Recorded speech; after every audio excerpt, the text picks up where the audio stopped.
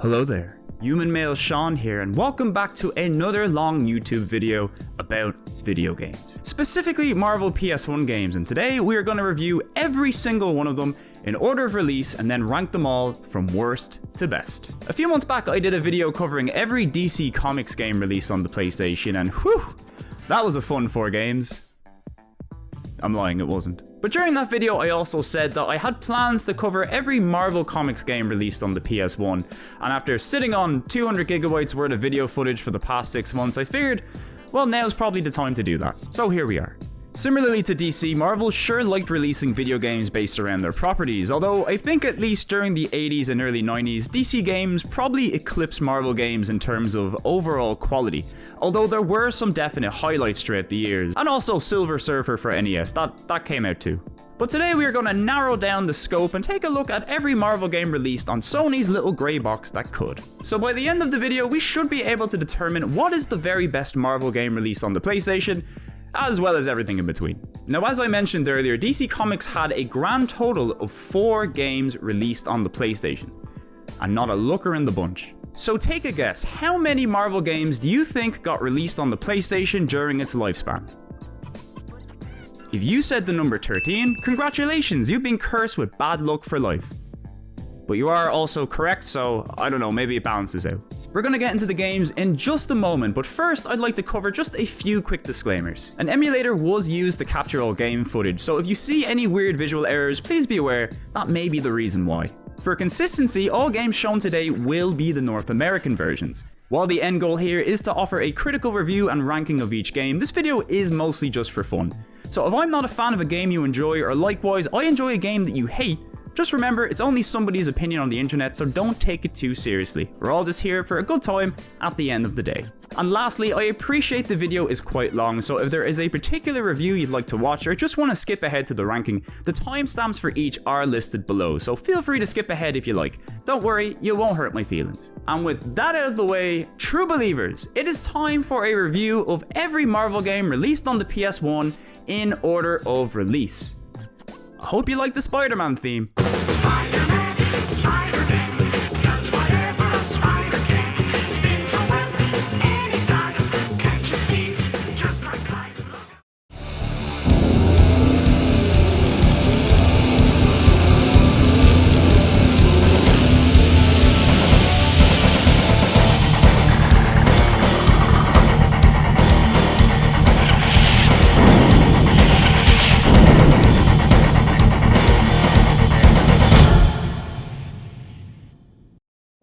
The first Marvel game released on the PlayStation is Iron Man Exo Manowar in Heavy Metal, which was developed by Real Time Associates and published by Acclaim in 1996. This game is a crossover between Marvel's Iron Man and Valiant Comics' Exo Manowar. I read a few Exo comics over the years and they've always been really good. He's a character that could really use a bit more mainstream attention in my opinion. The main thing you need to know about this game though is that Iron Man has a big heavy metal battlesuit, and Exo Manowar also has a big heavy metal battlesuit. And when you get 2 heavy metal suit boys together, you get Iron Man and Exo Manowar in heavy metal. This game is a 1 or 2 player run and gun made exclusively for home systems. Gameplay is pretty typical of the genre. You'll run through level after level, shooting everything that moves, dodging enemy fire, and fighting the odd boss from time to time. You have the choice of playing as either Iron Man or Exo Manowar, but outside of a few minor ability differences, each character plays pretty much the same, so it will be a similar experience regardless of who you play. Since this is a Marvel episode, I did opt to play as Iron Man rather than Exo, but before we leave him behind, I would like to highlight Exo's silly flight animation. I feel like this is what I'd end up looking like if I could fly. As far as the gameplay goes, you have access to an energy shot that can be aimed in multiple directions. This weapon can be upgraded up to 4 times by collecting the appropriate power up, but you do lose a power point upon death. If you double tap the direction pad up or down, you can fire directly into the screen or perform a double side shot, and you can also perform a stronger unibeam attack that uses up a weapon charge upon each use. There's also some basic punch and kick attacks, but these aren't really used much over your basic projectile attacks unless it's needed for a particular enemy or a boss. You can of course jump and also fly as well for a short time. Flying drains the energy meter below your health bar but charges back up automatically when not in use. It's a pretty stereotypical run and gun at the end of the day, and when I first started playing it I was actually having a pretty good time with it. You're just blasting aliens with Iron Man, what's not to love? Well, quite a bit as it turns out, because the further you get into the game, the more our old friend mediocrity begins to sink in. Controlling Iron Man can be a bit of a pain. The character's movements feel sluggish and heavy, and I mean, he is in a big suit of armor, I get it, but it's not really good for a game of this type. Your default speed is walking, and you can double tap a direction to start running, but all the inputs just feel like they have a slight delay before they execute on screen.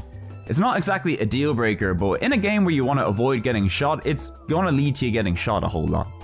And even though you will die pretty frequently, the game does at least give you a generous pool of lives and continues to make your way through the game. Although this is one of those games that strips you of your power-ups when you die. And while this game can be pretty fun when you're stomping through levels as a max power Iron Man with his triple shots and homing attack, when you're stuck dying as a weak level 1 Iron Man struggling to make your way throughout the levels, a lot of the fun gets replaced with frustration instead. And once again, thanks to the sluggish controls causing unnecessary deaths, well, you're probably going to end up on lower power most of the game. It also doesn't really help that the game is pretty ugly too, like even by 1996 standards, this looks pretty bad. It looks like a hybrid mess of a late 16-bit game and early 32-bit game stuck together with bad 2D and 3D art throughout. There can be some nice variety to the locations with jungles, volcanoes and cities to fight, but I'd be lying if I said any of them actually looked any good.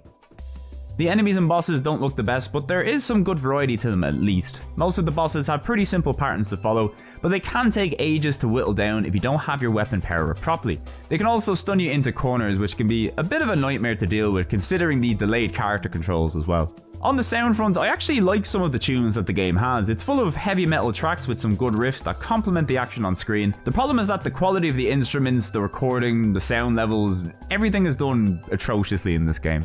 Any hint of a good composition here is just buried with the lowest budget sounding mixing Acclaim could afford. It's woeful.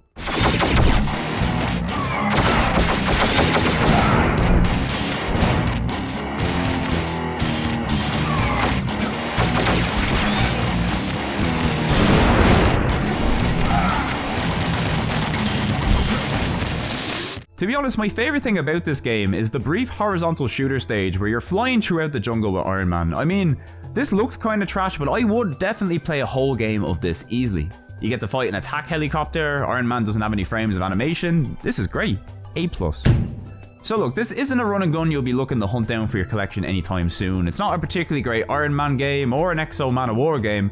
It's ugly and it sounds pretty terrible, but if you ever came across this game and were looking for some dumb co-op fun, you probably end up having a pretty good time playing this all the same. Hell, I knew it was pretty mediocre, but the game kept me wanting to play level after level, so maybe it's a little better than I give it credit for. Not a good game, but you could certainly do a lot worse.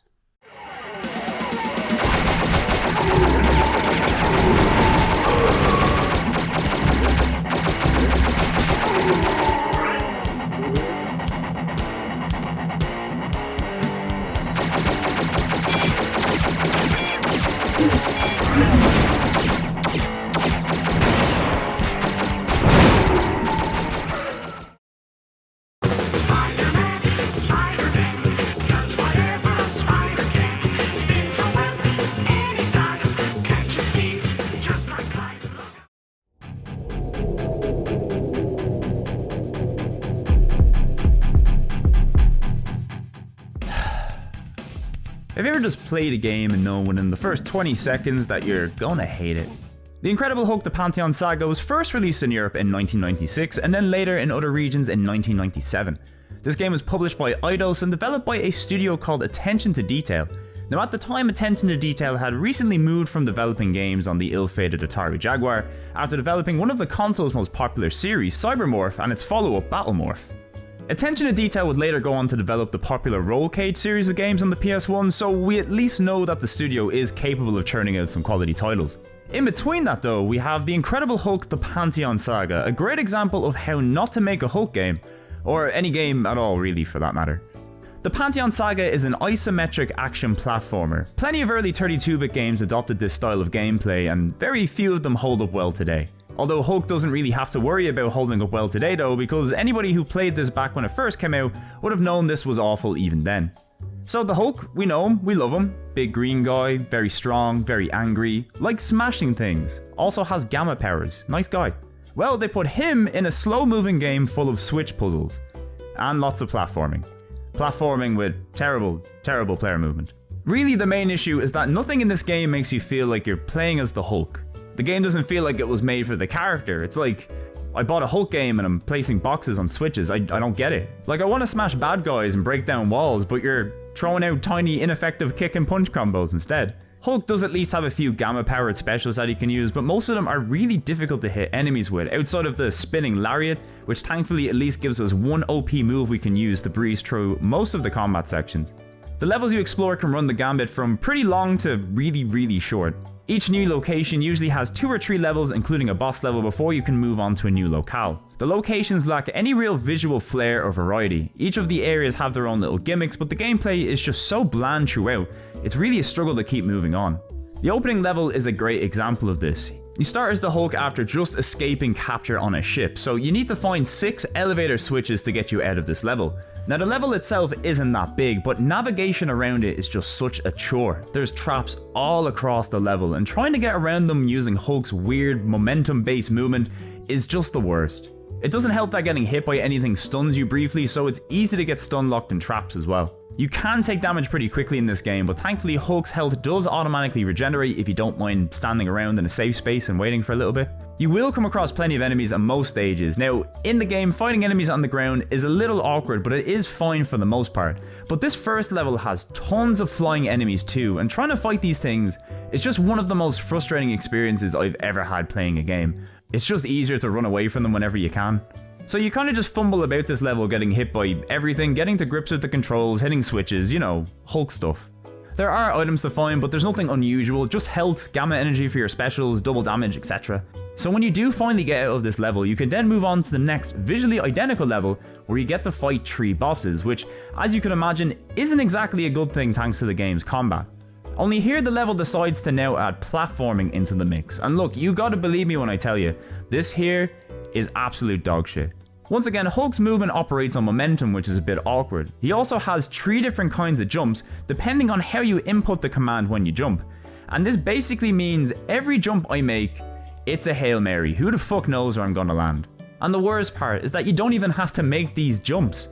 I struggled through this platforming section for so long, and it turns out you can just tank the damage from the liquid below. And you know what? I'm not even mad I got to skip the section. This is good. This is a good thing.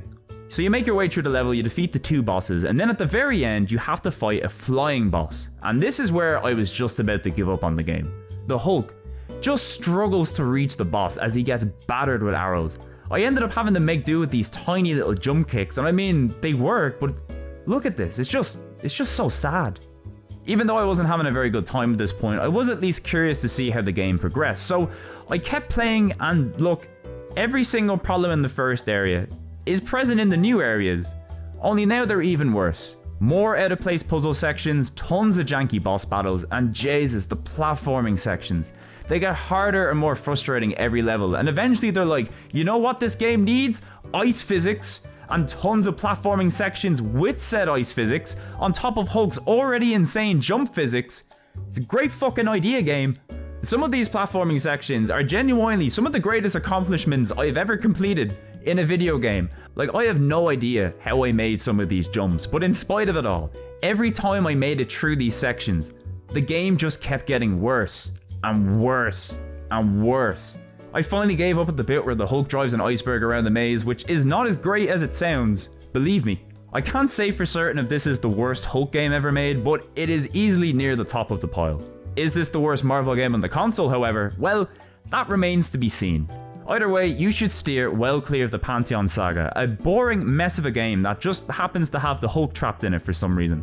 If you've any doubt, just try it yourself for about 20 seconds someday. Believe me, you'll know what I mean.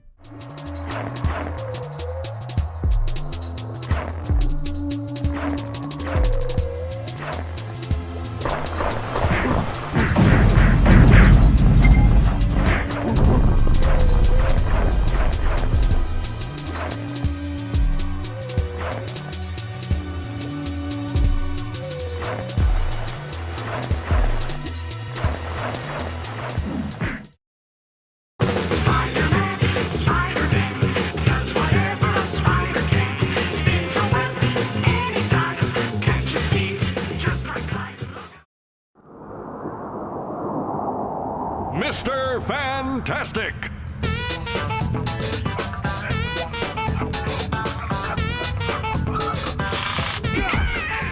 Next up we have the Fantastic Four, released on the PlayStation in 1997. Acclaim are back on publishing duties, and on development we have Probe Entertainment Software. This game, to my knowledge, is actually the first Fantastic Four game ever released, and like most Fantastic Four games that would follow it, it's a 4-player beat-em-up, and as far as beat-em-ups go, this is certainly one of them.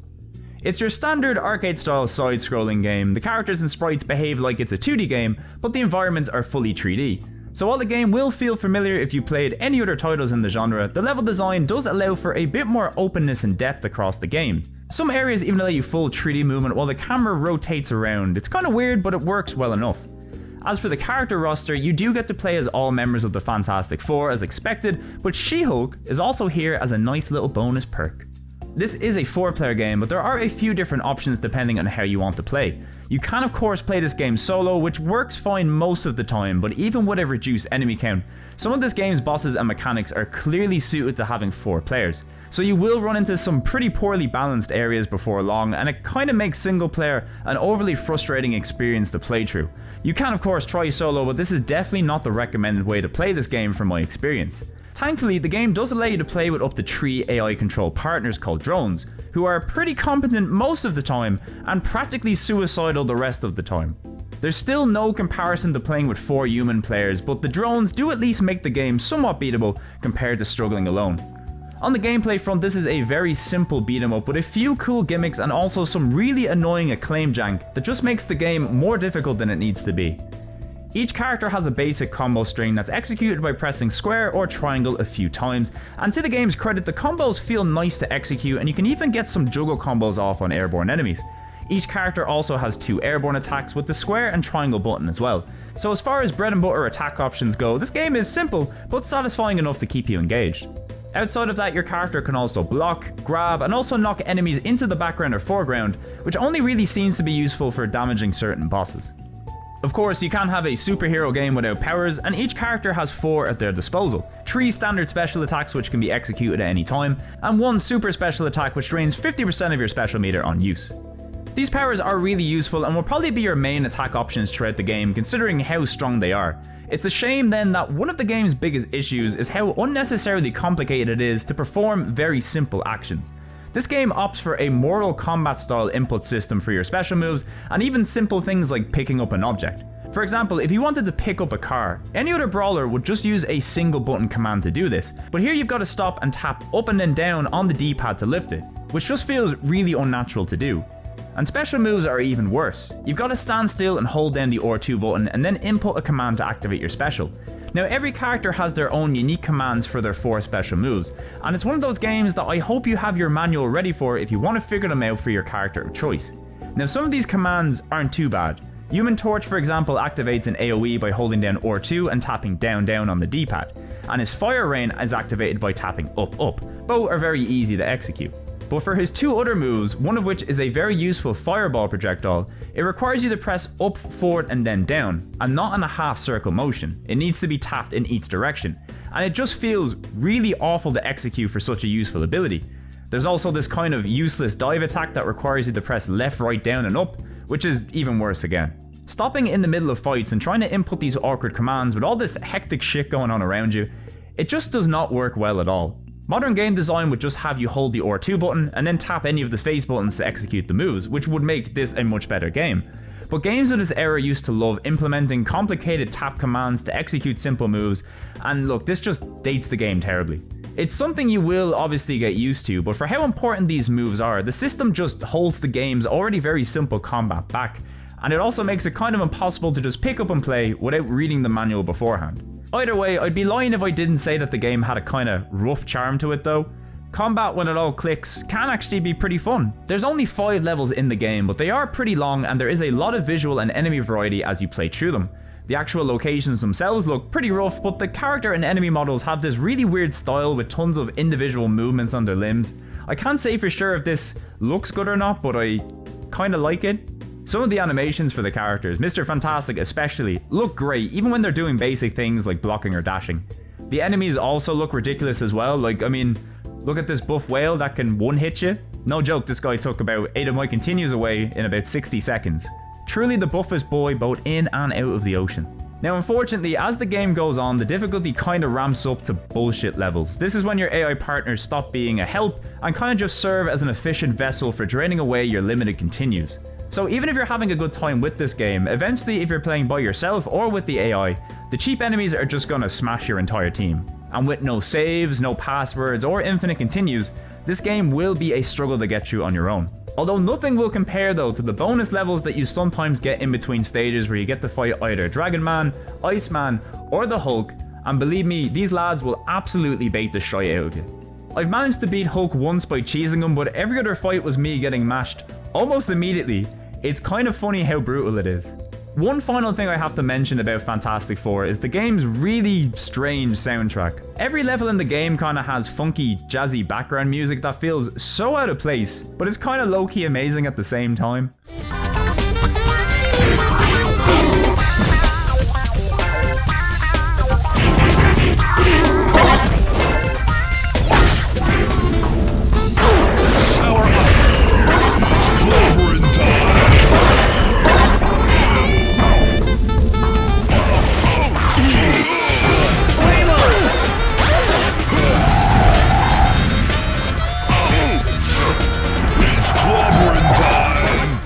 Like, this is what I'll remember about the game, the unnecessary amount of saxophone and how janky everything looks. I kinda love it. I really wish the controls and game balance were tuned a little bit better, because I do actually think you could have a really good time playing through this with 4 friends who are at least willing to put up with a little bit of jank, but as it stands, this ends up being just another mediocre superhero beat 'em up on the PlayStation, even if it does have a top tier jazz soundtrack.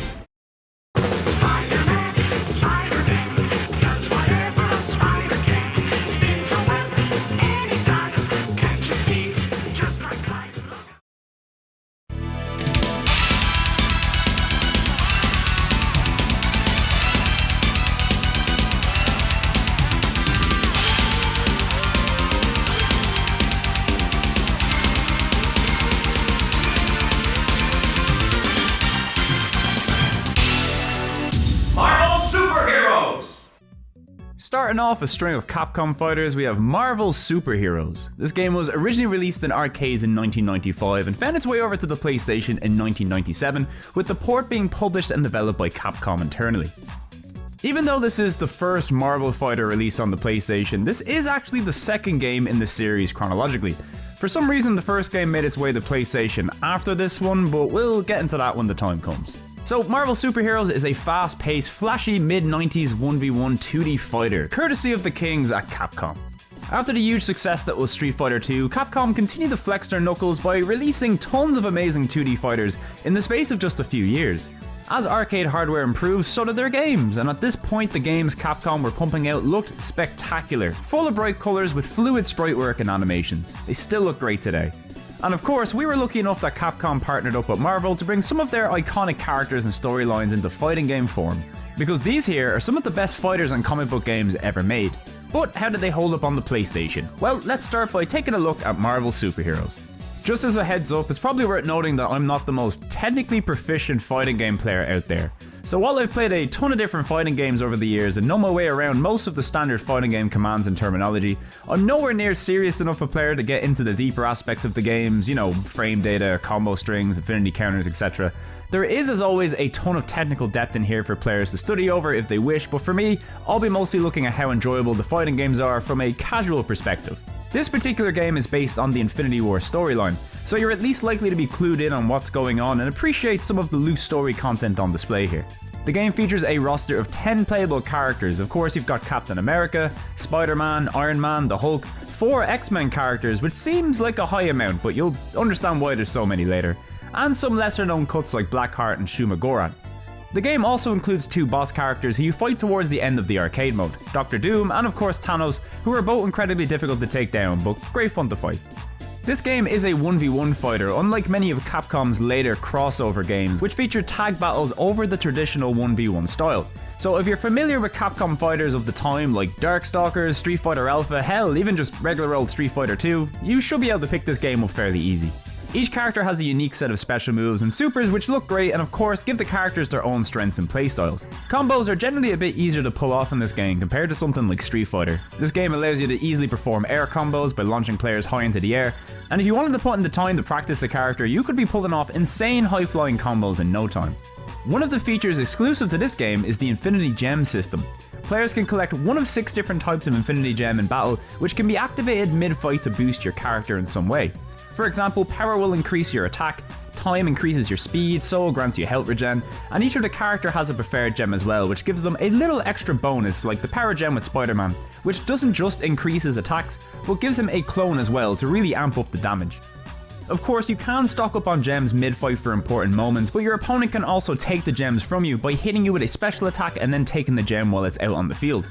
I actually really like this gem system. It adds a nice bit of strategy without feeling like it hurts the game's balance in any meaningful way. The fighting here is just so satisfying and fluid, it really strikes the sweet point between the older Capcom fighters and the insanity of Capcom's later games. There's really very little to complain about here regarding the gameplay itself. It's fantastic. Thankfully, the presentation here is also off the charts for the time. The amount of detail put into the backgrounds and character sprites just looks so good. Capcom games will only look better and better over time, but for a game released in 1995 and then ported over to the PS1 in 1997, this still looks fantastic even today. I especially love the way the characters just jump off the TVs right before the fight and then pose in front of this flashy background. Oh, it's so good. It should also go without saying, but Capcom, as always, kills it on the sound front. Whether it's the sound effects and voices, or pretty much every single song on the soundtrack, if you like good video game music, you will not be disappointed here.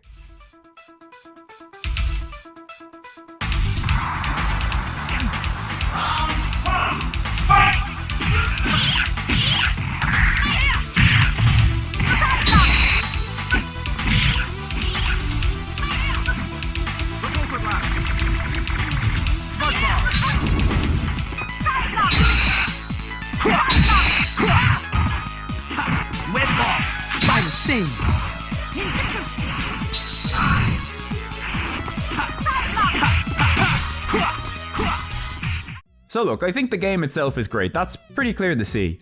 But probably the most important thing regarding the PS1 versions of these fighters is the quality of the port itself.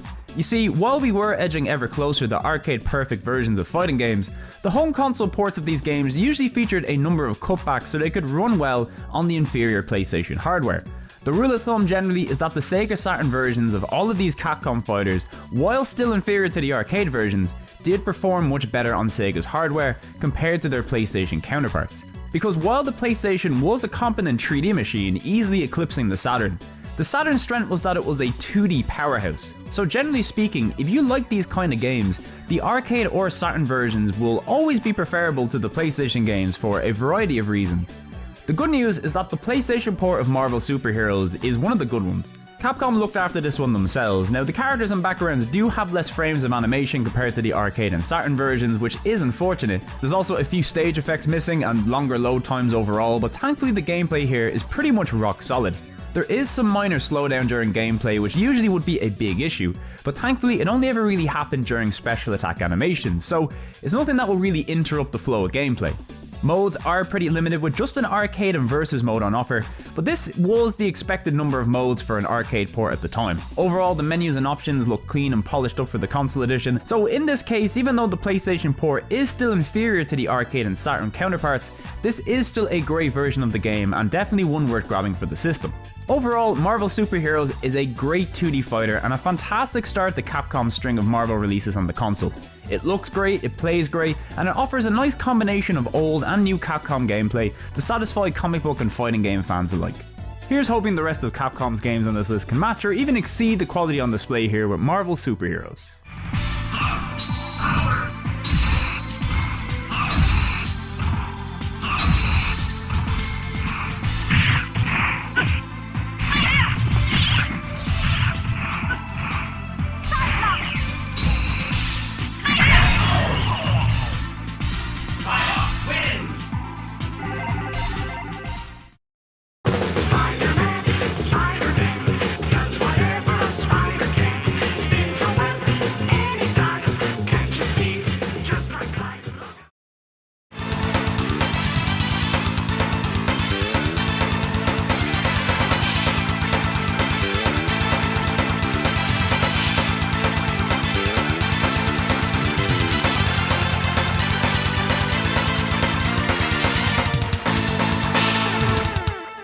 Up next we have X-Men Children of the Atom, which is the first of Capcom's Marvel fighters. The original arcade version was first released in Japanese arcades at the end of 1994. Interestingly, the first home port of this game released in 1995, but it was exclusive to the Sega Saturn for a little while. And when Capcom eventually attempted to bring it over to the PlayStation, they found that they had some difficulty trying to convert it over to the PS1 hardware. So guess who they ended up contracting to do the port? None other than our fantastic friends over at Probe Entertainment Software. And guess what? They had some difficulty porting the game over too. So even though this is the first game in Capcom's Marvel fighting series, X-Men Children of the Atom ended up coming out on the PlayStation after its follow-up Marvel Superheroes due to numerous development issues. Can't really say that happens too often. So how is Capcom's first Marvel fighter? Well, it's still a Capcom fighter released in the mid-90s, so you know, it's amazing, it's great. This here is another one-on-one fighter with a roster of 11 playable characters and 2 boss characters to fight against. Only this time it's entirely X-Men focused. And if you're a fan of the 90s TV show, you'll be pretty happy with the roster here. The voice cast from the series even provides the character voices in-game. Unsurprisingly, the roster includes characters like Wolverine, Storm, and Cyclops, but characters like Spiral, Silver Samurai, and Omega Red are great choices for antagonists too. The game even allows you to play as a massive sentinel who towers above the other characters and hits like an 18-wheeler truck. The 2 boss characters in this game are Juggernaut and Magneto, who once again you'll come up against towards the end of arcade mode. You may have noticed that 4 of this game's characters also appeared in the roster for Marvel Superheroes, and I suppose this does make sense since they put in a lot of effort to make these guys, so you might as well transfer them over to another game. The 4 characters chosen were Wolverine, Psylocke, Juggernaut, and Magneto. Now, Wolverine and Psylocke were apparently this game's most popular characters, and Juggernaut and Magneto weren't actually playable in Children of the Atom, so they might as well have been considered new characters for when they were eventually added to Marvel Superhero. Once again, the character sprites and animations all look fantastic, all up to the standard of Capcom's other fighting game output during the era. Now this game doesn't look as good as Marvel Superheroes, but that is to be expected seeing as this game came out in arcades nearly a year earlier in 1994, but regardless, for a PlayStation game, this all still looks really good. Of course, we've no Infinity Gem system here, but newly added to this game was the ability to knock enemies into different parts of certain stages. It's always fun smashing enemies into the ground and watching it shatter from the impact. You'll love to see it. This was also the first game to really introduce the high-flying combos into the series. So a lot of the gameplay here is very similar to Marvel Superheroes, but that game is mostly building off of the groundwork that was set here in this game. So if you're into the gameplay in Marvel Superheroes, well, it's safe to say that you'll really enjoy this one as well. That being said though, I did notice the difficulty in this game was tuned way higher compared to Marvel Superheroes. Now, I'm not sure if this is to do with the fact that this game was ported by Probe instead of Capcom, but even on the lowest difficulty, the AI in this game is especially unforgiving. Now, if you do manage to make it to a boss, they will genuinely make your life a living hell. It's rough. So if you're a newcomer, you might find this game a bit tougher to get into compared to Marvel Superheroes, unfortunately, so do keep that in mind if you're going to try this one out. Now once again, the music here is really good. I wouldn't say it's quite as catchy or memorable as Marvel Superheroes, but it's still Capcom, so it's a cut above most other fighters on the system either way.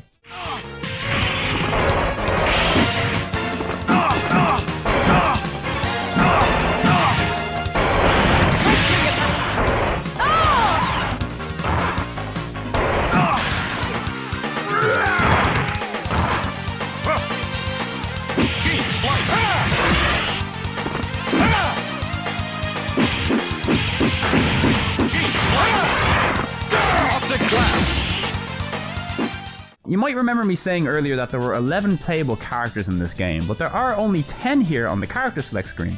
Well, that's because there is a secret character, and if you input a weird obtuse code at the character select screen, you can also play as Akuma, which is a nice touch. Playing as Akuma didn't stop me getting demolished by the AI, but if you're looking to play as a character with a more traditional Street Fighter moveset, his inclusion here is a welcome one. So as far as our first entry in Capcom's Marvel Fighters, this is a pretty great game. Probably the most traditional of the lot, but that's not necessarily a bad thing. Unfortunately though, as mentioned earlier, for whatever reason, this game was a nightmare to port over to the PlayStation, and this particular port of the game is one of the worst of all the games that we'll be looking at today. Once again, we have the expected loss of animation frames, background sprites, and certain visual effects compared to its arcade counterpart. But on top of this, we have some much bigger problems too. This port features a ton of slowdown and frame drops all throughout the game. And look, I'm not the biggest frame rate guy in the world. I mean, look at me, I play Trash daily and I enjoy it. But fighting games are the single worst types of games to have frame rate issues with. because it completely messes up the timing of inputs and commands. This won't be a deal breaker for casual fans, but if you're trying to play this game competitively, it makes this version practically unplayable. It's by far at its worst when the big characters are on screen, so if you're fighting with either Sentinel or Juggernaut, you're gonna have a bad time. It's really quite unfortunate because it's a huge black mark on the game and it makes it pretty hard to recommend when there's just much better ports available out there. Honestly, this whole port just feels kinda low budget and taped together in some aspects. The game's menu is incredibly bare bones, and look, as mentioned before, it's not unusual for fighting games of the time to feature just arcade and versus modes, but even the game's option menu resembles something closer to an arcade dip switch menu rather than a normal polished console game menu. It just looks and feels kinda off to me. Even the game's opening intro is poorly done. Normally the game itself would run the intro, but this version here is actually just playing a low-res video file of the arcade version's opening, and the frame rate of this thing is terrible too. It's just a really odd inclusion. The game also features some pretty long loading times compared to other versions as well. This whole port just feels pretty messy. I just get the feeling that this was pushed out the door as soon as possible because Capcom already had another, 4 or 5 newer, fancier fighting games out at the time, so who was really even gonna buy an out-of-date fighter from 1994 over the newer ones available in 1998? I've no doubt that this game was probably a struggle to port over with the time that they had, but it's still a pretty poor effort from Probe, I'm afraid. Look, at the end of the day, what we have here is a bad port of a great fighting game. It's definitely worth tracking down and playing if you're an X-Men fan and want to play one of Capcom's more straightforward 1v1 Marvel fighters. But if you do, just opt for the Saturn or arcade version if you can, because unfortunately the PlayStation version just has too many big issues to be really worth your time. You dare rise against me. The human era is over. The mutant era has come.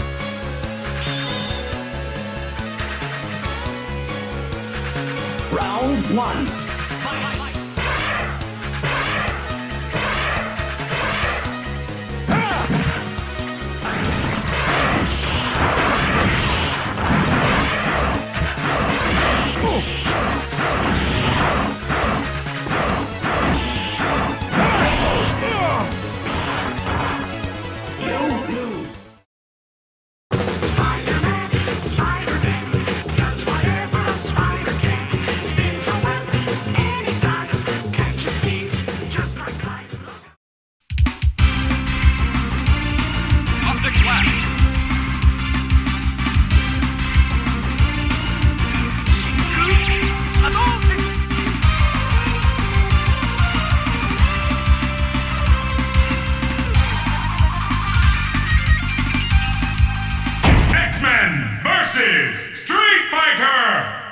Okay, now we're back to the regular chronological order of releases. So here's X-Men vs Street Fighter, the third game in the Capcom crossover fighting series.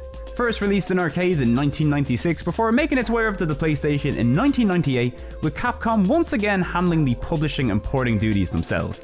Look, I think it's fair to say at this stage, all of these fighting games are very good. There's not really much need to go into detail about all the general mechanics since the games here are all very similar to one another, but with a couple of new features added each time.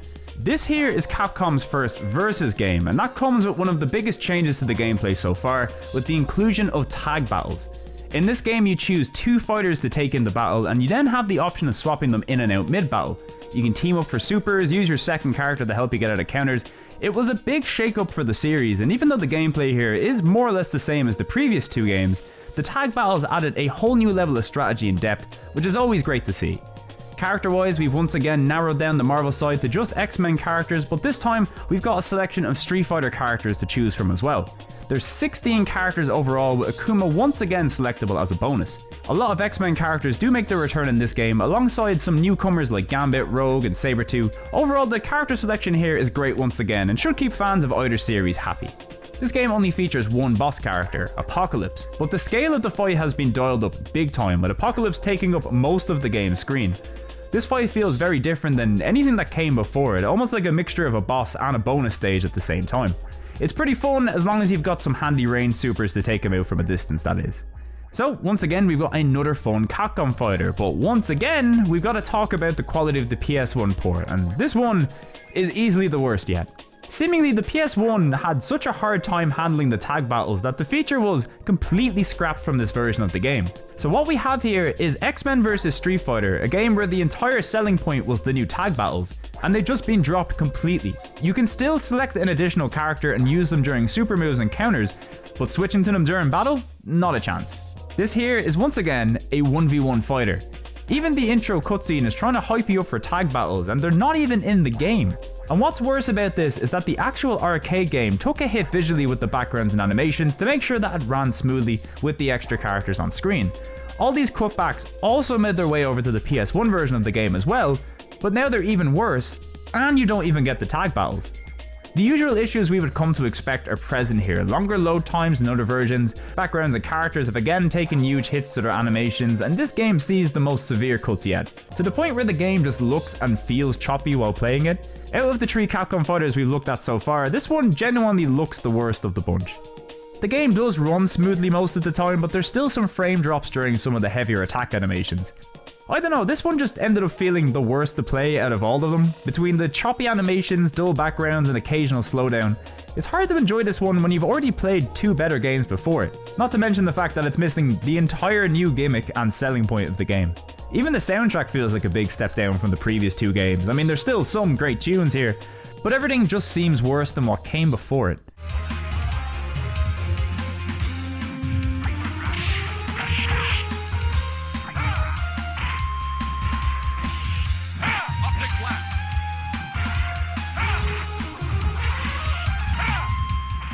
At least they added a training and survival mode into it this time. That's something, I guess. It's really weird to see such a steady decline in quality over time, but it does give you some insight into how limited the PlayStation could be with 2D compared to the Saturn, which, thanks to its ability to use expanded RAM carts, allowed this version of the game to be near arcade perfect on the console. So look, at the end of the day, this is still a good fighting game, and maybe a 1v1 version of the game may sound appealing to you if you're sick of Capcom's tag battlers, but looking at the game as a port of the arcade original, this has to be one of the worst efforts Capcom ever put out. It's just so strange to see them release such a heavily compromised version of the game. But hey, you know, money's a hell of a drug, you do you. There's pretty much no reason to pick up this version of the game today when it's so easy to play the arcade or Saturn version nowadays. This here is just another disappointing port of an excellent game. And as things are going currently, Capcom's efforts are getting worse before they're getting better. And with more games around the corner, well, we can only hope they start picking up from here.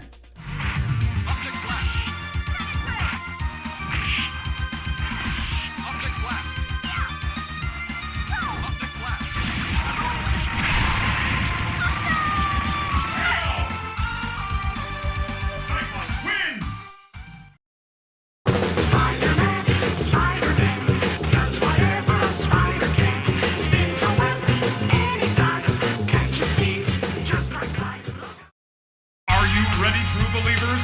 Capcom and Marvel have joined forces once again to bring you in Marvel Superheroes vs. Street Fighter! Don't miss out on the enjoyment of a lifetime! Don't miss the most amazing tag team fighting game ever! Are you ready for a new challenger? Marvel Superheroes vs. Street Fighter! The 4th game in Capcom's Marvel crossover series is Marvel Superheroes vs. Street Fighter. This game was first released in the arcades in 1997, and then once again ported to the PlayStation by Capcom in the year 1999. This particular game is probably the least exciting of the bunch we've seen so far, at least in terms of content. Pretty much all the content in this game has been recycled from other games. All the backgrounds are just palette swaps from X-Men vs. Street Fighter, all the Marvel characters have been taken from Marvel Superheroes, and while there are some new Street Fighter additions to the game, there's 0 brand new playable characters created just for this game. So it basically feels like X-Men vs. Street Fighter, just with a slightly changed roster and a few updates here and there. The arcade version is once again a tag team fighter, but the big new addition to this game is that you can call out your tag partner at any time to do an assist move, rather than just during super moves and counters. This feature would be a mainstay in later games, but here it feels like a pretty minor update compared to what was added into the previous games. The boss fight in this game is once again Apocalypse, which is kinda disappointing.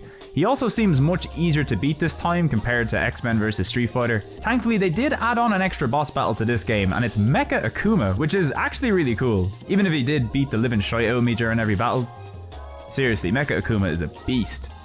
Unfortunately though, this just kind of feels like the least worthwhile and meaningful addition to the series yet, but maybe the PS1 port has been improved over X-Men vs Street Fighter and ends up giving us an experience closer to the arcade version. Well, once again, all the issues prevalent in the port of X-Men vs Street Fighter appear here. The long loading times, the missing animation, tag battles once again are gone, and new to this game, the sound quality now seems to be all over the place. Background music is sometimes way too loud, and some of the sound effects can be really distorted at times.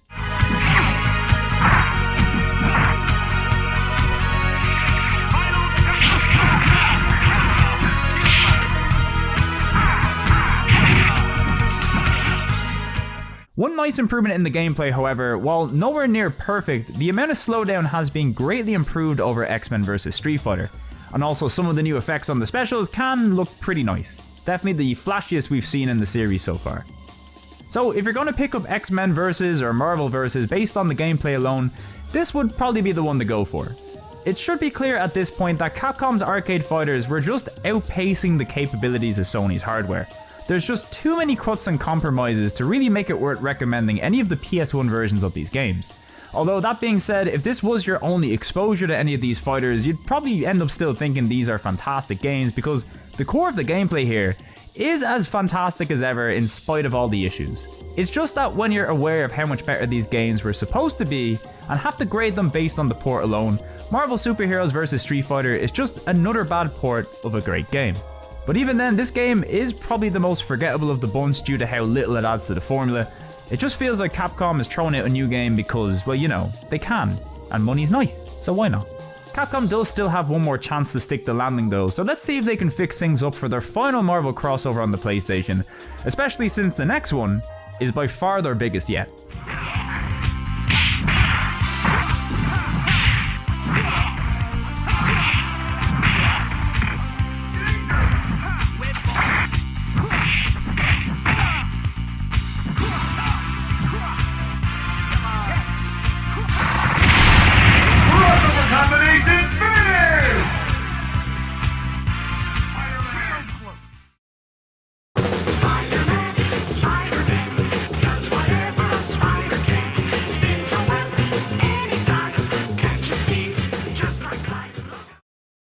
Capcom presents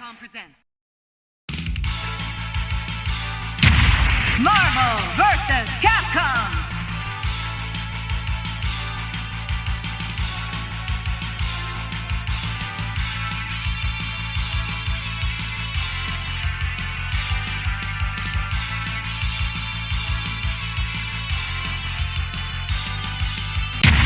Marvel vs. Capcom! Well, here it is, the final Marvel crossover fighter released on the PlayStation 1 and probably the most famous of the bunch. Marvel vs. Capcom Clash of Superheroes was first released in arcades in 1998 and later ported to the PlayStation by Capcom in the year 2000. This game here is pretty much the culmination of all the previous game's tweaks and gimmicks to create the biggest crossover fighter yet. And not only do we get a new roster of Marvel characters, but we also get to see some of Capcom's other franchises make their first appearance in a fighting game. The roster here is actually the smallest of the Versus fighters so far, with 15 characters, but with new additions like Strider, Jin, Mega Man, Captain Commando, War Machine and Venom, there's at least some more variety here to shake things up compared to the previous entries. The boss character in this game is Onslaught, which is really cool to see. You don't really have him popping up in too many video games, do you? This fight is one of the toughest seen in the games yet. It's actually a two-phase boss fight, one where you fight him in a normal 1v1 fight, and then another where you gotta fight a giant form. It's really cool. A fun feature is that when you beat the arcade mode, you can actually choose to play through the game as Onslaught using both his normal and giant size modes. This is the kind of dumb content that I like to see. Gameplay in Marvel vs. Capcom once again continues on from the previous games. The arcade version is once again a tag battler, and once again this PS1 port drops the tag feature due to the hardware limitations, and since some of the new gameplay features are specific to the tag feature, we actually miss out on a few improvements to the gameplay this time, which kinda sucks. There is one notable new feature though, and that is the ability to select a support assist from a wide variety of additional Marvel and Capcom characters. These characters can assist you mid-game with attacks and counters. Some of them are reused from previous games, but there's also a lot of new characters here too. Their implementation in this game is kinda lacking unfortunately, since they were really meant to complement the tag system, but hey, it's something.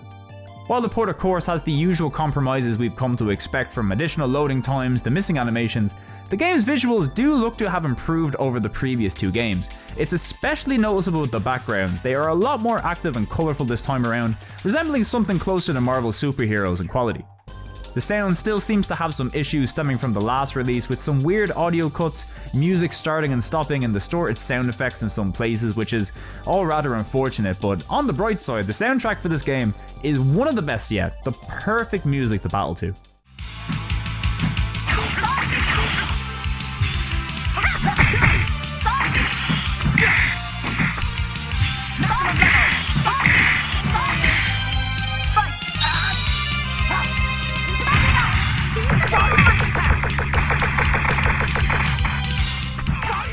The port itself also runs very well. There's minimal slowdown, and look, even though the game is still missing tons of animations and features, this does seem to be a nice improvement and an impressive port considering how old the PS1 hardware was in the year 2000. Hell, this game didn't even get a port to the Saturn, it skipped right over to the Dreamcast instead, so this makes the little PlayStation port all the more impressive.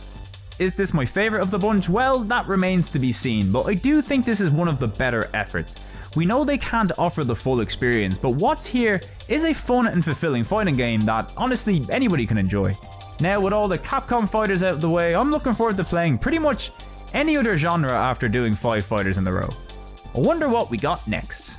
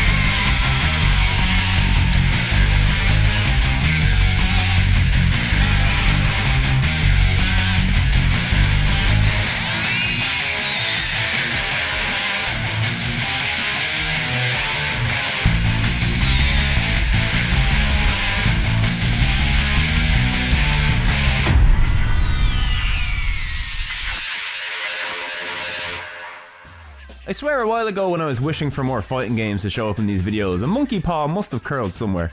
Here we have X-Men Mutant Academy, released in the year 2000 and developed by Paradox Developments, with Activision now on publishing duties. Not only are we entering the long-running Activision era of Marvel games, but this here is also the first movie tie-in game that we're looking at. Now, while this game doesn't strictly follow the plot of the movie, or well, any plot for that matter, this game was released on the same day as the first X-Men movie and does feature a bunch of content and costumes from it too, so it's about as close to a movie tie-in as you're gonna get. Once again, this is another X-Men fighter, and would you believe it, the game plays almost exactly like Capcom's fighters, except it's in 3D. Kinda.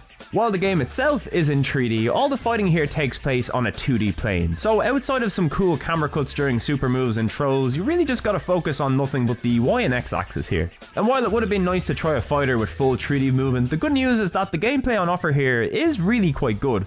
I mean, yeah, it is pretty much just a Street Fighter derivative, but if you're gonna copy anybody, you might as well copy the best. The game features a roster of 10 playable characters, 4 of which you gotta unlock through arcade mode.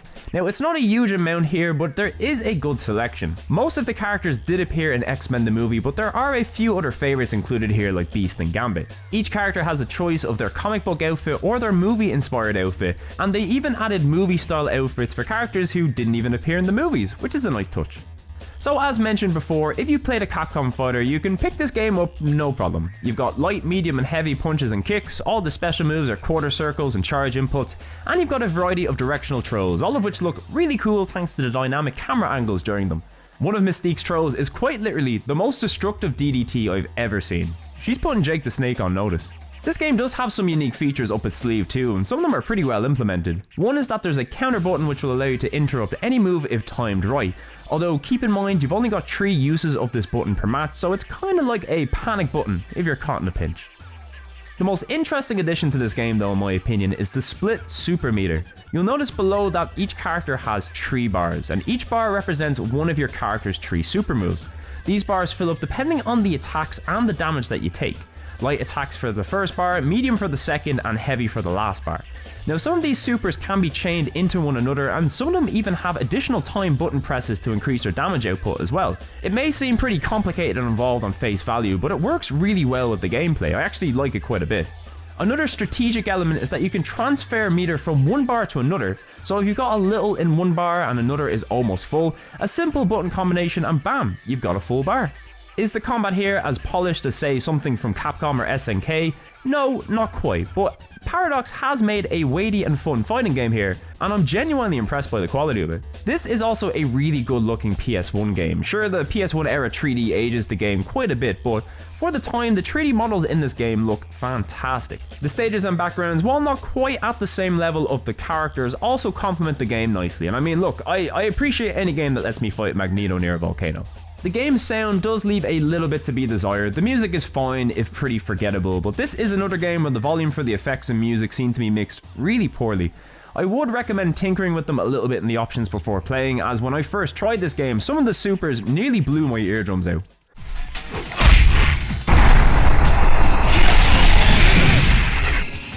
Another big plus for this game is the amount of content that it has. Now, compared to all the other Capcom fighters we've just played, this game has unlockable characters, additional unlockable costumes for each character, artwork, trailers, CGI cutscenes for beating arcade mode, a whole tutorial and training section for each character, and look, I mean, obviously all this stuff is pretty standard now in fighting games, but it does put it leagues ahead of Capcom's games in terms of single player replayability.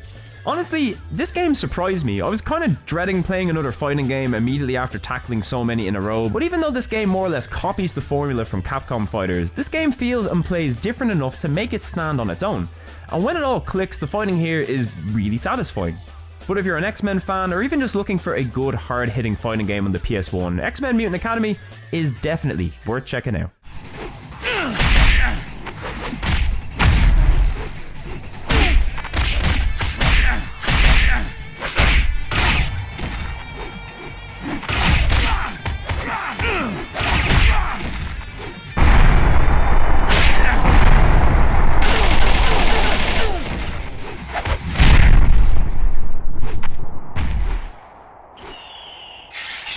Not even warmed up.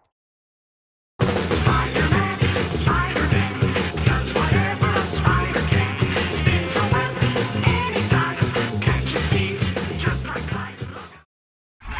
your 20? Just backstage. All is Who dares? Face me, coward! Face a worthy foe. Spider-Man? Last time I checked, I was Spider-Man. Whew. Finally, something that isn't a fighting game. Here we have Spider-Man, released in the year 2000 and once again published by Activision, with Neversoft on developer duties this time around. Neversoft is of course famous for developing the Tony Hawk's Pro Skater franchise, as well as the weird Bruce Willis game called Apocalypse, which is actually pretty good. Spider-Man is an action platformer where you play through a series of linear levels fighting crime, swinging from rooftops, saving hostages, hitting switches, setting aliens on fire, you know, Spider-Man stuff.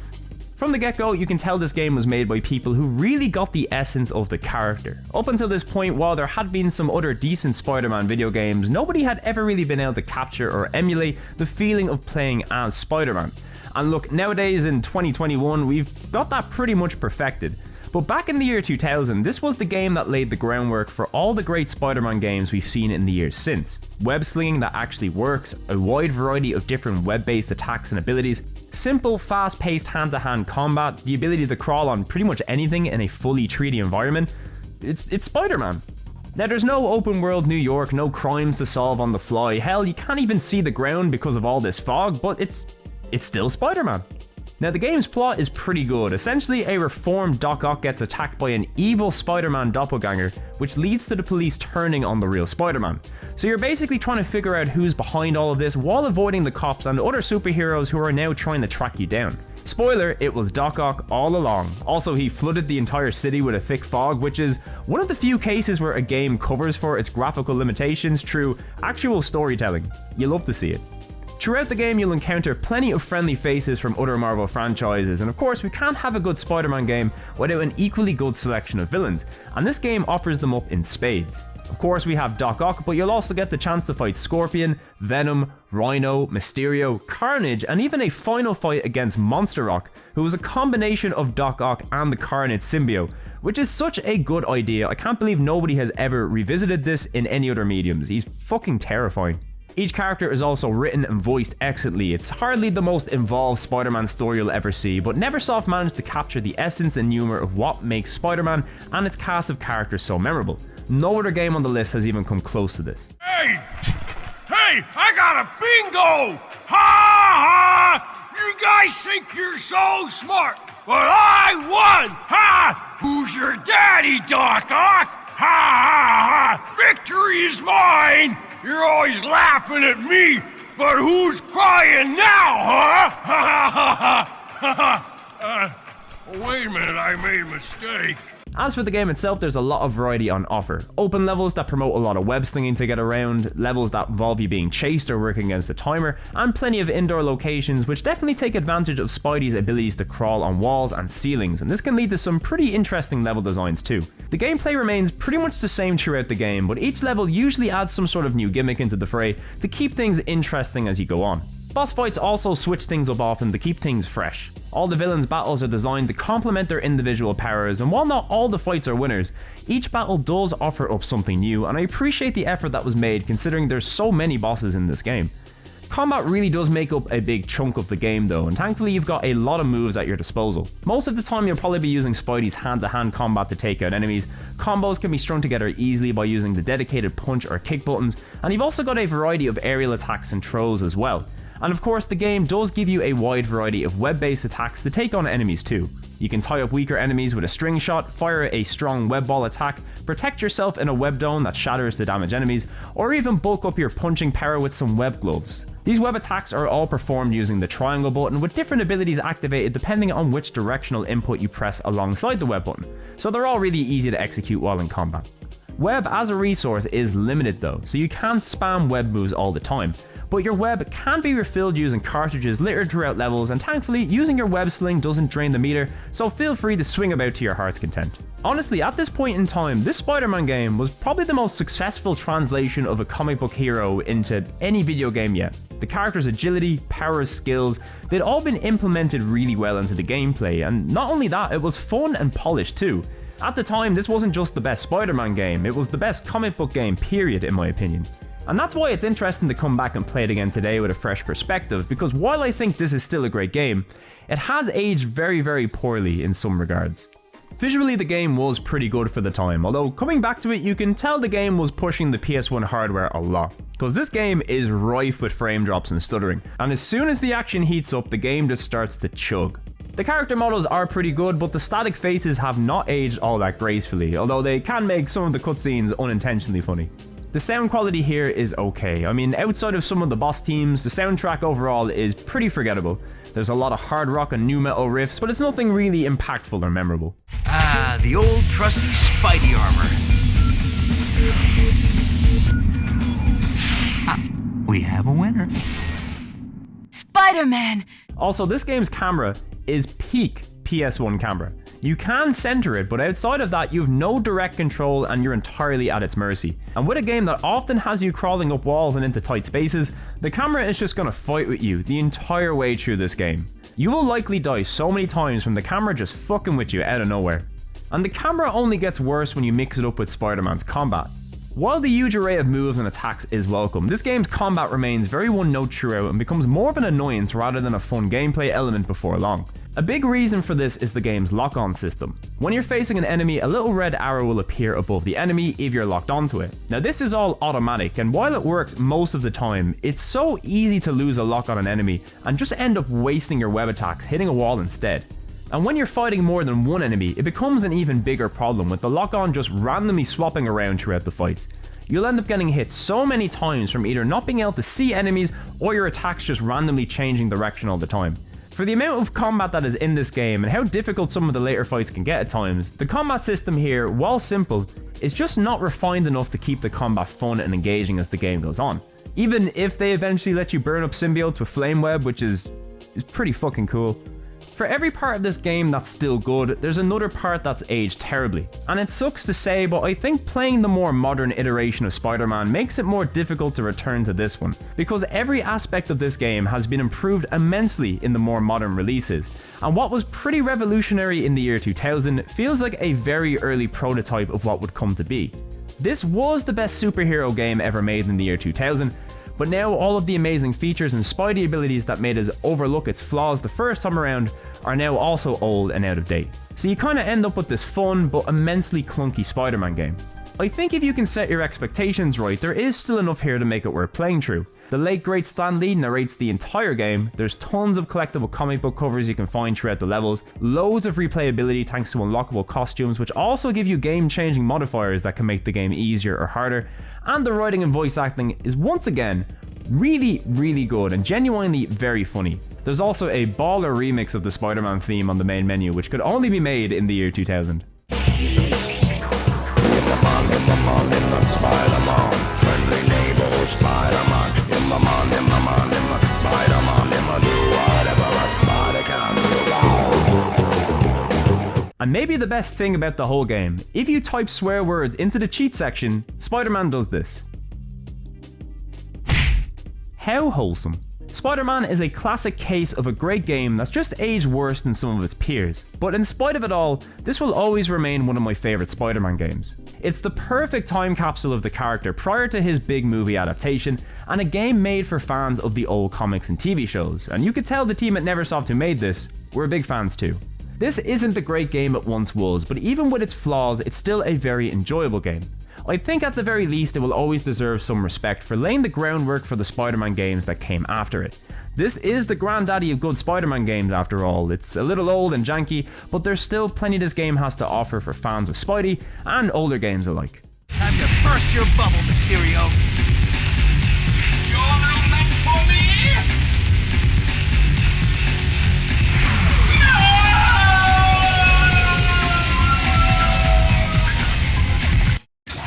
Right now you're thinking, if only you'd taken that giant act to Vegas instead.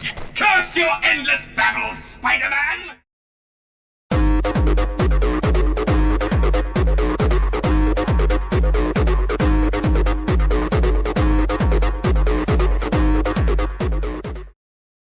You're nearly there now. Business is gonna pick up real soon. Anything I should watch for? Keep your eyes open for the Vine Esper leader. Big bastard, so I hear. Vicious, too. Okay, I'll take it from here. Only break silence if you need to. Check. Blade was released on the PlayStation late in the year 2000 and once again published by Activision, this time with Hammerhead Studios on development duty. Hammerhead may not be a very familiar name, but they were responsible for the PlayStation port of Quake 2 and also Jinx, one of the last 3D platformers ever released on the PlayStation. I don't blame you if you've never heard of it, I mean look at them. So out of the entire Marvel movie Pantheon, Blade is probably in my top 3 Marvel movies. It might even be number 1, it's just so good. Blade came out during a tumultuous time for Marvel. The company had filed for bankruptcy in 1996, and surprisingly one of the company's big saviors was Blade, the 1998 movie featuring one of Marvel's lesser known characters. And this vampire action movie of all things was the huge hit Marvel needed. Blade was basically the first step towards the creation of the whole MCU, from X-Men to Spider-Man, all the way until it really kicked into gear with Iron Man in 2008. Blade proved that the appetite was there for comic book movies, as long as the people making them cared about the source material. So with Blade being the big hit that it was, it's not surprising to see Activision take advantage of the license and drop a Blade game on the PS1, although it came nearly 2 years after the movie's original release. Better late than never, I suppose. Although, according to critics at the time, maybe never was the better option. Blade for PS1 was panned critically, receiving very low scores across a wide range of online and print publications. Because of this, I've always avoided the game, but since then I have learned that the game also has a small but pretty dedicated fanbase. So is Blade for PS1 really bad as the reviewers say, or is this maybe a hidden gem that we've been sleeping on all this time? Well, it's time to find out. So upon starting Blade, the game immediately leaves some strong impressions, both good and bad. On the good side, the cutscene, dialogue and voice acting is all excellent. The majority of the game you'll be hearing Blade and Whistler bouncing off one another, but even the minor characters here are voiced well and have some great lines. The story here tying the game together isn't going to set the world on fire, but the presentation and the quality of the cutscenes really are quite impressive. On the bad side, well, you'll quickly learn Blade on PS1 runs like absolute dirt. A wildly inconsistent frame rate, sometimes dropping down to single digits, texture warping and rough textures present pretty much everywhere in the game. If you're the kind of person who can't stand games with poor performance, Blade is pretty much a write-off immediately out the gate. Now luckily I'm not one of those people. I can criticise the game for its abysmal performance, but I play PS1 games for fun, so this is to be expected from time to time. And surprisingly, in spite of the game's terrible performance, I can't really say the gameplay suffers too much because of it. Blade is a surprisingly slow-paced and methodical game that kinda plays like a weird horror-themed combo of Siphon Filter and Metal Gear Solid. The game is played from a third-person perspective with no camera controls. The automatic camera does a good job sticking behind the character at all times, although certain areas will swap to a fixed camera angle, kinda like a Resi game.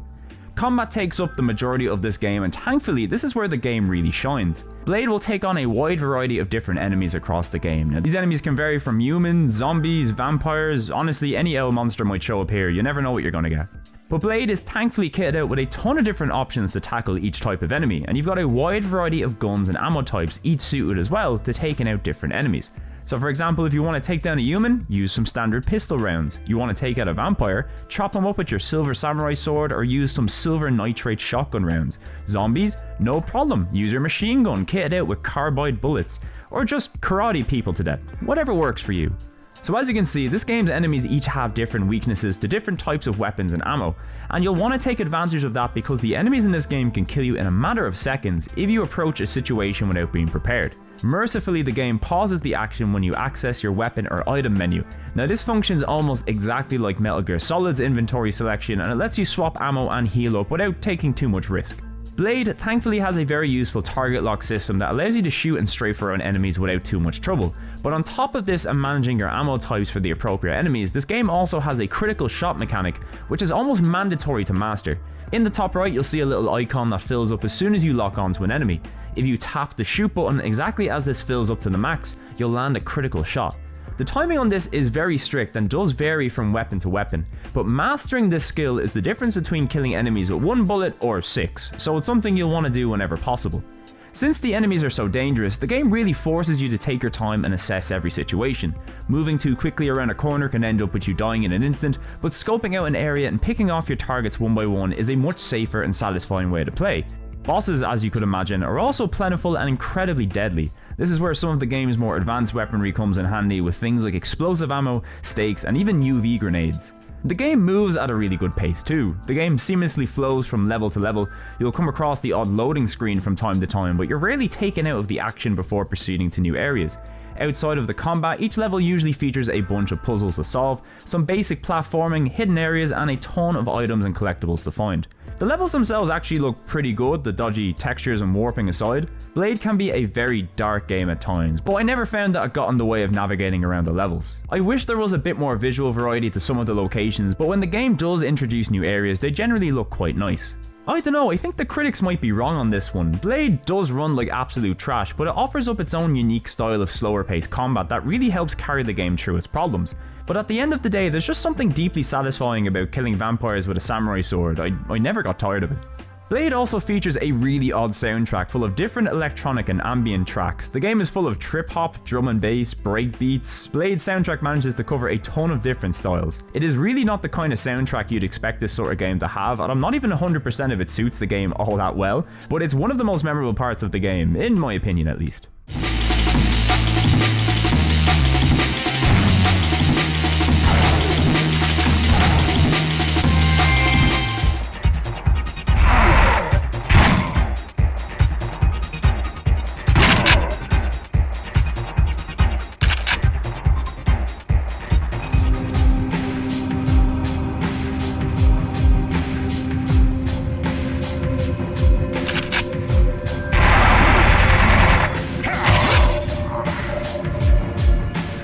Blade is a game that I genuinely really liked. It's a flawed gem. There's so many things that would turn a player off almost immediately when trying this game out at the start, from the difficulty to the awful performance, but if you can overlook the frame rate and are willing to master the game's mechanics, Blade offers up some really satisfying and intense horror themed action on the PlayStation. I'm only disappointed in myself for sleeping on it for so long.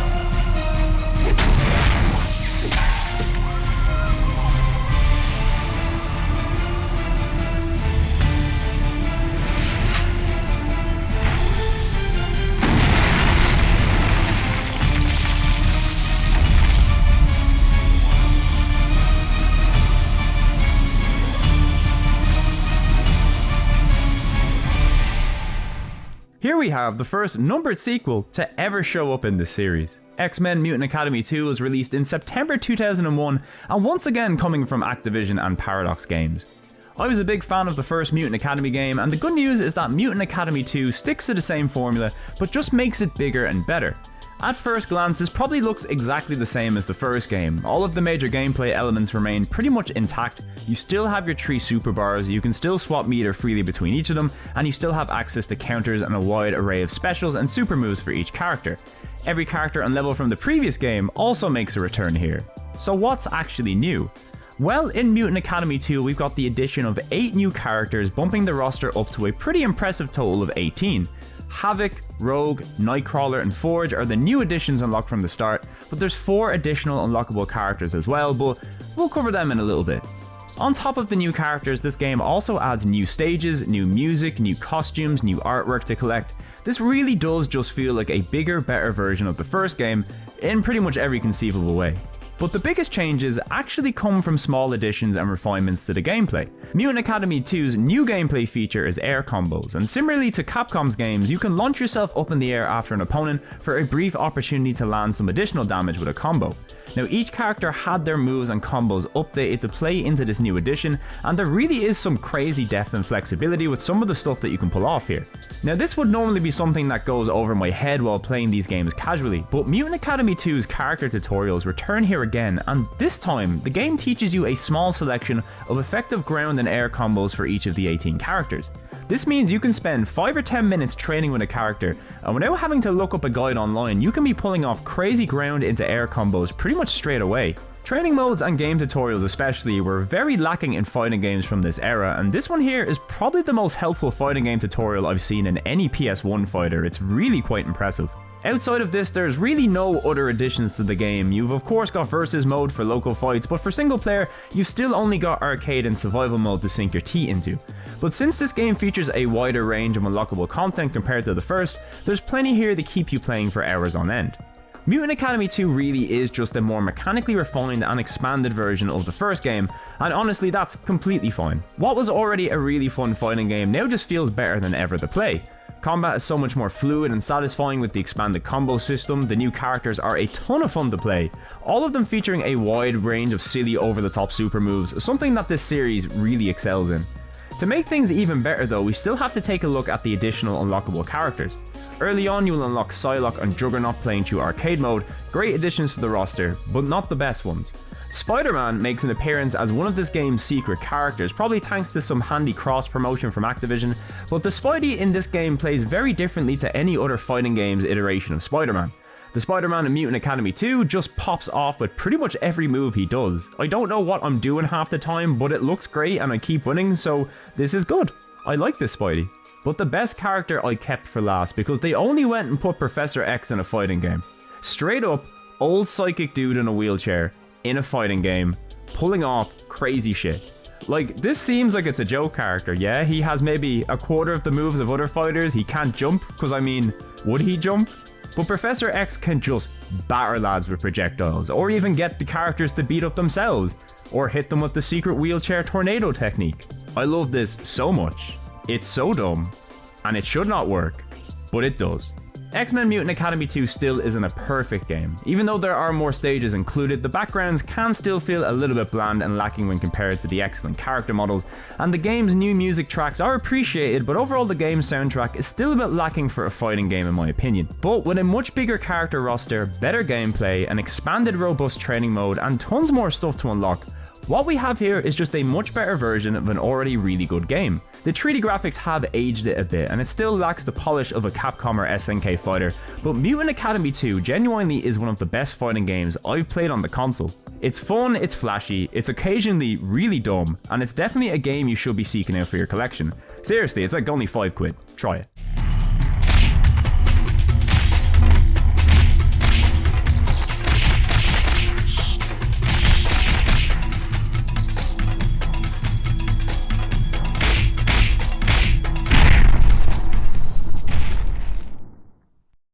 You need more practice.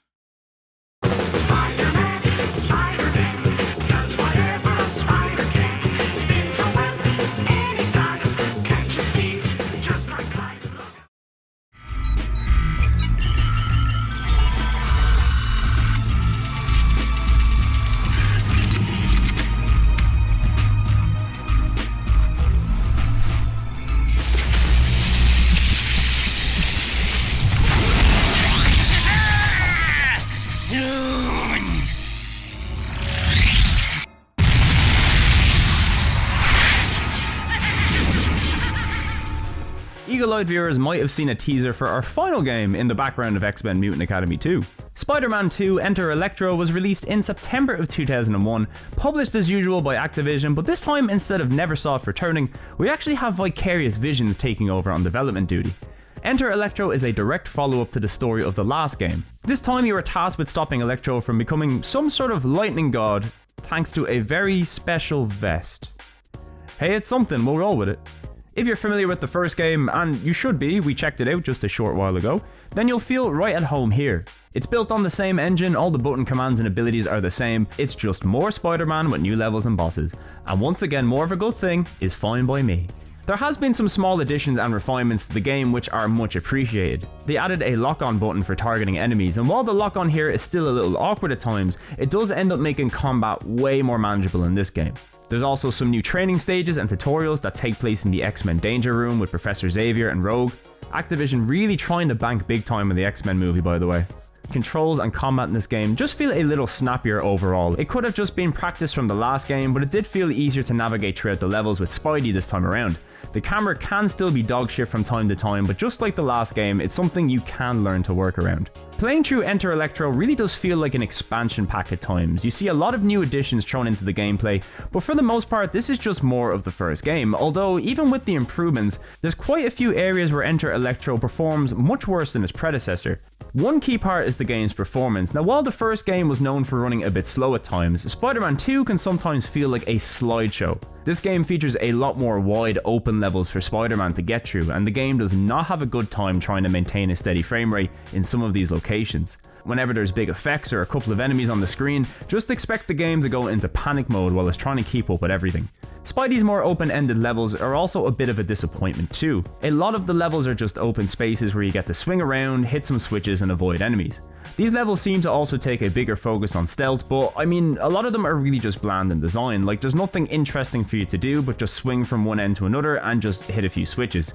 Most of the rooftop levels play fairly similarly as well. They're just much bigger in scale, but there's practically no set pieces compared to some of the cooler stuff we've seen in the first game. That's not to say that some of the missions themselves aren't fun. Playing as Spider-Man still feels as good as the previous game, if not better, so it's still a joy swinging from rooftop to rooftop and crawling through vents. Some of the new levels do take great advantage of Spider-Man's abilities to make for some great platforming sections that definitely improve on the original. It's just overall I find the missions in this game don't quite match up to the quality of what Neversoft did. Instead of cool stuff like detonating bombs and safes or outrunning helicopters, here you get a lot of towers to climb and switches to hit. And then more towers to climb, and then more switches to hit. The actual roster of villains here is pretty lacking compared to the first game. Shocker, Sandman, Hammerhead, the Lizard all make appearances here, and of course the game's main villain, Electro, gets a lot of time to shine. The boss fights here can range from very easy but tedious to incredibly manic and difficult. The first boss fight with Shocker, the dude's blasting at you pretty much constantly throughout the fight from the word go. The game gives you a hint to throw boxes at him from above or at the sides, but the guy quite literally will not give you a chance to do so. You end up just having to dive in and button bash him to death, which actually ends up working quite effectively, mind you. There's also a level where you have to stop a plane, which I'm going to count as a boss because this plane is in fact my mortal enemy. This took me so many tries because the plane explodes within seconds of starting. You've got to run ahead and throw barrels out of the way and open doors to make room for the plane to stop, but the whole thing is just incredibly awkward to do. Some of the fights are fun though. The battle against the Lizard where you've got to solve a formula puzzle and make a sedative web is pretty fun. The dude's also like completely feral trying to attack you, he's so fast. Electro unfortunately ends up being a really disappointing final boss too. Both his normal and god forms are really easy to beat, and the god form especially is just so tedious. It's just running back and forth behind generators for about 5 minutes. Supposedly this fight was meant to take place across the Twin Towers of the World Trade Center, but being a game released in September of the year 2001, this had to be changed very quickly in the last minute. So now you fight across 2 generic tower buildings instead. Can't imagine that was too fun for the team to do. If I'm being honest, Electro just comes across as a really lame villain in this game. I kind of think Electro is a pretty lame villain as it is. I mean, this is not a threatening outfit, nobody can convince me otherwise.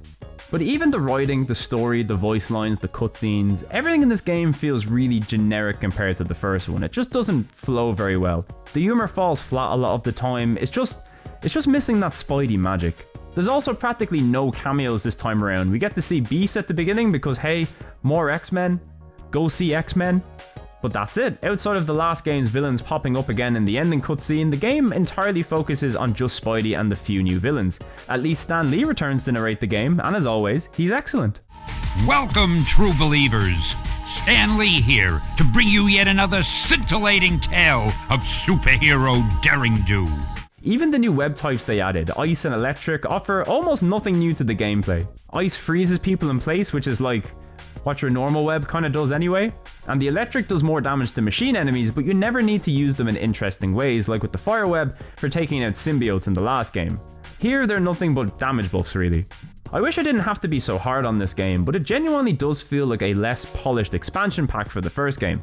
It's also a lot shorter, taking only a little over 2 hours to beat. You've thankfully still got a lot of replayability with comic covers hidden within levels and tons more costumes to unlock. There's plenty of new ones with even more fun game modifiers added, and they even added in all the previous costumes from the last game, which is a nice touch.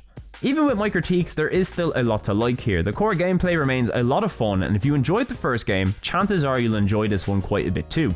As long as you can overlook the rough performance and usual camera issues, Spider-Man 2 Enter Electro is still one of the better comic book games released on the PS1.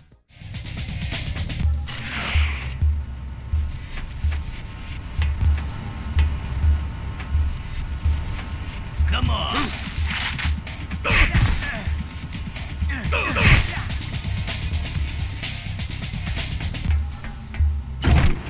Oh, great! More guards.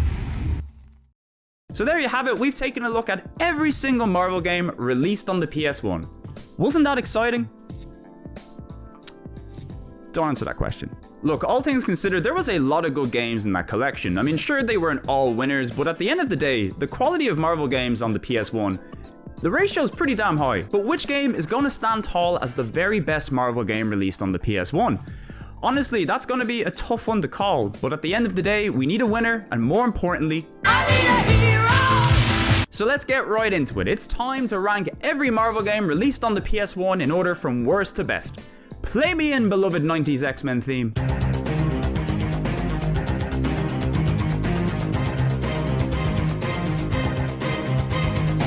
Was there ever any doubt? The Incredible Hulk The Pantheon Saga is a boring game with awful combat and even worse platforming. It's a disgrace that this is the Hulk's only solo outing on the PlayStation, and it's a textbook example of how not to make a Hulk game, and the only game on this list that I have nothing positive to say about. The Pantheon Saga, in my opinion, is the definitive worst Marvel game on the PS1. If we were ranking this list based on the number of sax solos, Fantastic Four would be a shoo-in for the top spot. But unfortunately, no amount of jazz funk can make up for Fantastic Four's numerous flaws. Whether it is the awkward special move inputs or the insane difficulty spikes when playing solo or with AI, this is not a fantastic game for solo players. But if you can convince 3 friends to play this with you, this brawler has the potential to be a really good time. This is one of the few brawlers on the PS1 that supports 4 players after all, and with some nice level variety and weird enemies, well, I'm sure you could do much worse. Nowhere near the same tier as the Hulk, but Fantastic Four takes its place just above it in the number 12 spot. It's ugly as sin and has character movement that makes you feel like you're underwater, but this is far from the worst game ever made.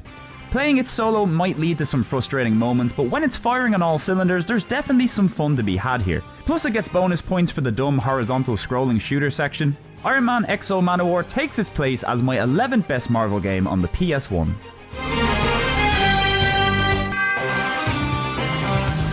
I know, putting X-Men vs Street Fighter in 10th place may seem insane. This is an amazing game, no doubt about it. But the PS1 version just features so many downgrades compared to other versions of this incredible game that there's practically no reason to play this version today. Long loading times, missing animations, and worst of all, tag battles have been completely removed from the game. Don't get me wrong, this is still a fun fighting game, but the PS1 port is a disservice to the excellent arcade original and just not worth revisiting in modern times. That's why it's my choice for the 10th spot on this list. You take all the issues I have with the previous game, but add a slightly better roster and some better overall performance, and well, you get a better game. But with nearly all this game's content reused from older titles in the series, there's still not much that sets it apart from X-Men vs Street Fighter. If you were to pick one over the other, this is the one that I'd go for, but regardless, this port is still a shadow of the arcade original. Once again, there is very little reason to play this version nowadays, but even then there's no denying the quality at Marvel Super Heroes vs Street Fighter's core, which locks it into the number 9 spot. While this is absolutely the best of the Versus series on the PlayStation, with an exciting roster, beautiful backgrounds and a great soundtrack, I just can't recommend a version of a tag fighter that doesn't have tag fighting. Even with improved performance over the previous 2 games, this version of Marvel vs Capcom just feels lacking if you've ever played the original. Once again, I can't deny the quality at its core, but there is no way I would choose this version over the arcade or Dreamcast versions. Another disappointing port of an amazing game, Marvel vs Capcom takes its place at number 8. X-Men Children of the Atom's PS1 port should have been better, but numerous development issues lead us to another poor port of an excellent game. This game is rife with bouts of slowdown, AI difficulty that goes through the roof even at the lowest level, and unfortunately the game just seems to be lacking that little bit of extra polish that you'd expect from a Capcom fighter. Even with these issues, the big difference between this and the Versus games is that this is still the full experience. It's still not a version of the game I would recommend playing, but at least it's the full X-Men Children of the Atom experience. And even at its worst, this still earns the number 7 spot on the list. Spider-Man 2 Enter Electro is a really fun game. It's more Spider-Man on the PS1, and that in itself is a great thing. But with less interesting levels, tedious bosses, worse writing, and some very rough performance issues compared to the original, this game ends up being a little disappointing.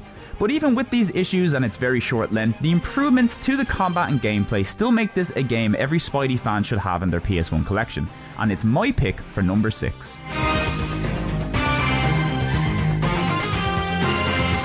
The most pleasant surprise for me on this list is Blade, a game I thought I would hate but ended up being one of my favourites of the bunch. Look, there's no denying this game is rough around the edges, but the game's slower pace and tactical combat genuinely make it one of the more unique action horror experiences on the console. If you can put up with a little jank, Blade on the PS1 is a rewarding game that is very much worth your time and is my pick for number 5. Another pleasant surprise was X-Men Mutant Academy, a great fighting game for players of all skill levels, featuring a hard-hitting combat system full of silly over-the-top specials. Sure, it's a Capcom fighter clone at the end of the day, but it does offer enough unique gimmicks to make it stand on its own as a quality PS1 exclusive fighter. And with a robust training mode and lots of unlockables, this is a game that could keep you busy for hours. And for that reason, it's my choice for number 4. What happens when you take a great game, add more stages, more characters, an upgraded combo system, an upgraded training mode, and even more unlockable content? Well, you get X-Men Mutant Academy 2, a fantastic game that might be the first game to ever include a selectable wheelchair user in a fighting game, and not only that, he's the best character in the whole game. An absolute must-buy for X-Men and fighting game fans, and an easy pick for the 3rd best Marvel game on the PlayStation. What you're seeing here is the potential the other Capcom fighters had. While the PS1 port of Marvel Super Heroes is still lacking compared to the Saturn and arcade versions, this here is still an excellent version of the game.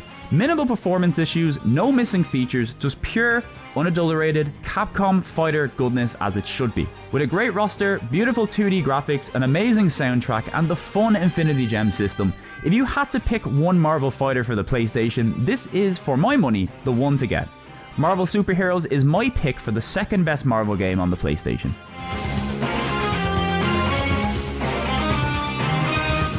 I said during my Spider-Man review that back when this game first came out, I thought this was the best superhero video game ever made. Now that certainly isn't the case nowadays, but after careful consideration, I still think this is the best superhero game on the PlayStation. This is a game that makes you feel like the character the game is named after. Sure, it's primitive nowadays, but this is a Spider-Man game where you're doing Spider-Man things. You're saving hostages, you're fighting Doc Ock, you're tying up bad guys, you're scaling walls, and you're swinging from rooftop to rooftop. Sure, you can do most of this stuff in Spider-Man 2, but Neversoft's level design, the set pieces, the writing, everything here just feels like it came from a development studio who understood and loved the character, and the game is just elevated because of it.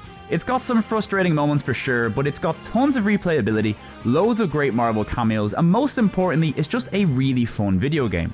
When I think of good Marvel games, this will always be one I'll count among the best. And even if it isn't the best Spider-Man game, it's still the granddaddy of good Spider-Man games, and nothing will ever change that. That's why it's my pick for the best Marvel game on the PS1. So there we have it, the best Marvel game on the PS1 in my opinion is Neversoft's Spider-Man. Call it nostalgia, call it what you want, but for my money, no game on the PS1 gives you the experience of playing as a superhero better than Spider-Man. Although let's be real, if the Capcom ports were anywhere near arcade perfect, they more or less likely would have swept the ranking entirely. Like sure, plenty of other games on the list have performance issues, but like Blade and Spider-Man 2, these are the best versions of these games that you can play.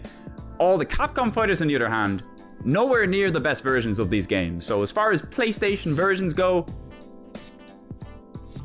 not for me. Although, credit to Marvel superheroes, it does come pretty close. Either way, this is just the opinion of someone who plays PS1 games all day during a pandemic, so I would more or less disregard everything I say. But if you'd like to share your thoughts, I'd love if you'd leave a comment below. Do you agree with my ranking, or do you think I'm a big dumb idiot who can't say the letter H? The last part is almost definitely correct. Regardless, I'd like to thank you all for joining me here today. If you enjoyed the video, make sure to drop a like, and if you didn't enjoy the video, well, there's a good chance you didn't make it this far, so I'm not really going to worry about it. I've got plenty more PS1 content over on the channel, including videos on obscure games, videos on Japanese only games, and a 3-hour video covering every Disney game released on the PS1, which is a video that only a very healthy and stable person could make. Make sure to subscribe to keep up with new content if you haven't already, and if you have, well, thanks. You're alright. I'll be back shortly with a new video that probably won't be as long as this one, but in the meantime, I hope you're keeping happy, I hope you're keeping safe, and I hope you enjoyed the video. Until then, much love, and I'll see you next time.